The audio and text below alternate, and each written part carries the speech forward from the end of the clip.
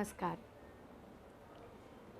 आपाधापी के इस दौर में जहाँ मनुष्य जीवन यंत्रवत बन चुका है, संगीत जैसे संवेदनशील, भावनात्मक एवं गहन विषय को समझना तो दूर, पर क्या संगीत का सही मायनों में हम आनंद उठा पा रहे हैं? ये बहुत अंतर्मुख होकर सोचने वाली बात है। हमारे शास्त्रीय संगीत की जहाँ बात आती है, ये प्रश्न और गहन हो उठता है। अभिजात शास्त्रीय संगीत के रूप में पाई ये जो अमूल्य धरोहर है, इसे समझने, परखने और परिरक्षित करने हेतु आइए शामिल हो मेरे गुण की चर्चा इस छोटे से प्रयास में। कालचक्र की गतिशीलता के चपेट में आए हमारी शास्त्रीय संगीत कला को थोड़ा सुकून और सब्र से समझने की अब अतीव आवश्यकता निर्माण हो गई है, क्योंकि इस अमूल्य विद्या को आत्मसात करने हेतु हमारे पूर्वजों ने असामान्य त्याग, धैर्य, सहनशीलता और लगन का अनुसरण किया है। हर कठिनाई का डट के सामना कर संगीत विद्या के प्रचार और प्रसार हेतु निस्वार्थ भाव से कार्य किया है। ऐसे लोग और इतना समर्पण भाव आज के दौर में बहुत दुर्लभ है। सामाजिक, राजकीय, आर्थिक, भौगोलिक एवं मानसिक परिवर्तन ने लोगों को स्वार्थी, धनलोलुप एवं अपनी कला के प्रति असन्निष्ठ बना दिया है। इस अंधकार से बाहर आने का केवल एक ही मार्ग है, अपने पूर्वजों के विचार और गुणों के बारे में सूक्ष्मता अभ्यास करना और उनकी कही बातों का सही दिशा में अनुसरण करना। इसी बात के उपलक्ष्य में हाल ही में एक अद्भुत किताब मैंने पढ़ी। अभिजात शास्त्रीय संगीत विश्व की मूर्धन्य गायिका पद्मश्री विदुषी अश्विनी भिड़े देशपांडे जी लिखित मी अल्लाह दिया खां।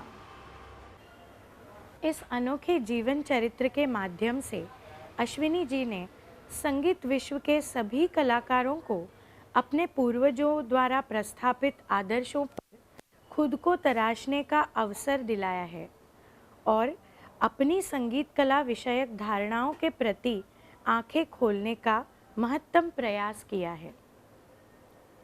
उस्ताद अल्लाह दिया खां साहब, क्या अद्भुत व्यक्तित्व और ज्ञान का भंडार थे वे। अतीव सहज, सरल और संगीत कला को पूर्णतया समर्पित जीवन। खां साहब जैसे संगीतज्ञों के लिए संगीत न केवल एक विद्या थी, बल्कि सही मायने में एक आराधना थी, जिसे उन्होंने बहुत ही पवित्र मन और बुद्धि से संभाल के रखा। शोहरत और नाम के झूठे और तात्कालिक पाश से हमेशा अपनी संगीत कला को सुरक्षित रखा। आज के दौर में इस बात पर गौर करना बहुत ज़रूरी हो गया है। बदलते समय के साथ अपनी परंपरा और गुरुओं से प्राप्त ज्ञान पूरी जिम्मेदारी के साथ संभालना क्या हर कलाकार की निजी जिम्मेदारी नहीं? अपने अभिजात शास्त्रीय संगीत का उद्देश्य इतना गहरा और उदात्त है कि चंद तालियों और कुछ अपरिपक्व श्रोताओं की झूठी और क्षणिक वाहवाही के लोभ में आके अपने संगीत कला का स्तर घटाना कितना नैतिक होगा? ये हर कलाकार ने अंतर्मुख होकर सोचने वाली बात है, जिसे खां साहब की जीवनी का अभ्यास करते समय सुस्पष्ट रूप से महसूस किया जा सकता है।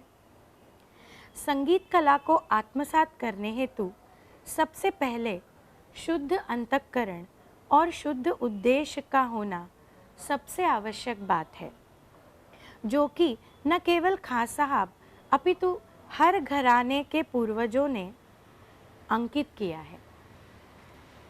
दूसरी और सबसे अहम बात, एक दूसरे की प्रतिभा और कला का आदर सम्मान करना।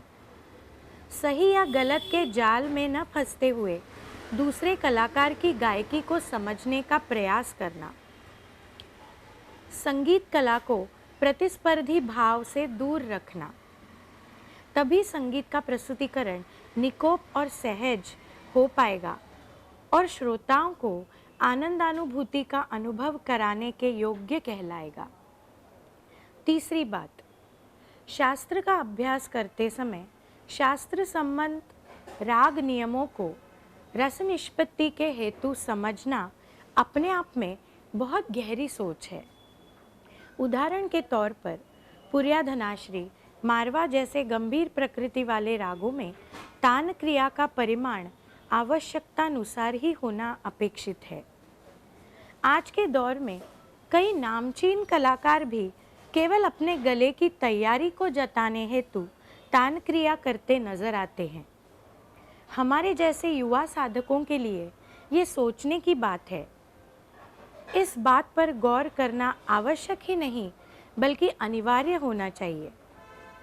खास आपके ज़माने में राजा महाराजाओं का संगीत को देखने का, समझने का एक बहुत ही अलग नज़रिया हुआ करता था। राजा महाराजाओं ने संगीत को न केवल राजाश्रय दिया, किंतु वे संगीत के संवर्धन के बारे में भी बहुत सजग रूप से कार्यरत थे। आज के आयोजकों के लिए अपने आप में ये बात एक परिपाठ के रूप में देखने लायक है। विद्यादान बहुत ही पवित्र और महत्वपूर्ण दान कहलाता है। इसलिए शिष्य को परख कर उसकी योग्यता के अनुसार विद्यादान करना, किसी भी प्रकार का स्वार्थ मन में न लाते हुए संगीत संवर्धन के एकमात्र उद्देश्य से संगीत सिखाना बहुत बड़ी जिम्मेदारी होती है। नेक दिली से विद्यादान करते हुए कितने गुरु आज पाए जाते हैं? उत्तर है ना के बराबर।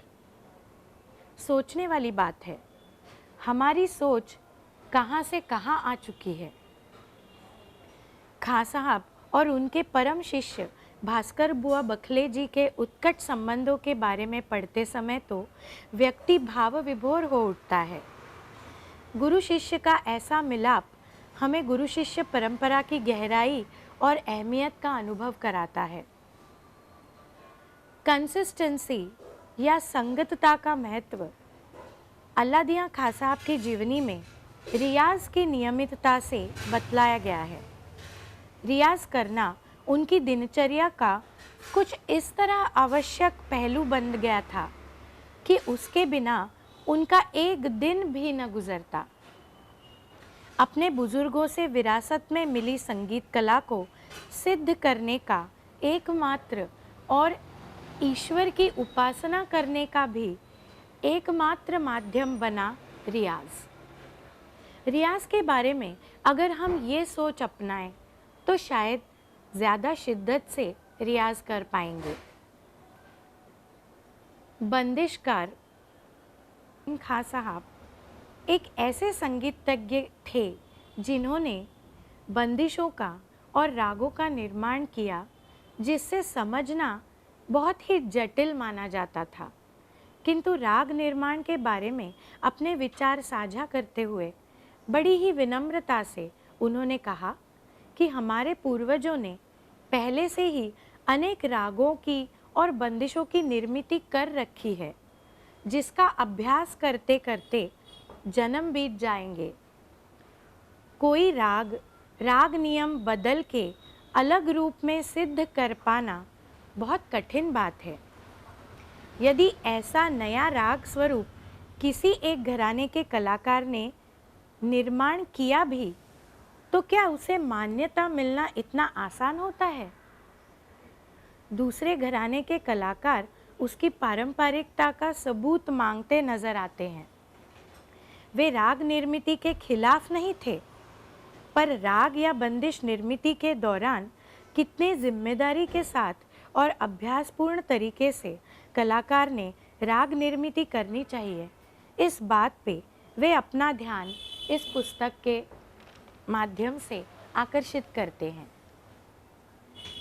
इस उदाहरण से वे स्वीकृति भाव के महत्व को भी उजागर करते हैं। स्वनिर्मिति के झूठे अहंकार से कोसों दूर अल्लादिया खां साहब जैसे सच्चे कलाकार हमेशा अपनी बंदिश या राग निर्मिति का उद्देश्य, उसकी आवश्यकता को सुस्पष्ट रूप से श्रोताओं के समक्ष प्रस्थापित करने का धैर्य दिखाते हैं। अपनी कला के प्रति पराकोटि की यह शुचिता क्या अनुसरणीय बात नहीं? निश्चित ही हमारी पीढ़ी को इन सब बातों पर गौर करने की आवश्यकता बदलते समय की मांग बन चुकी है।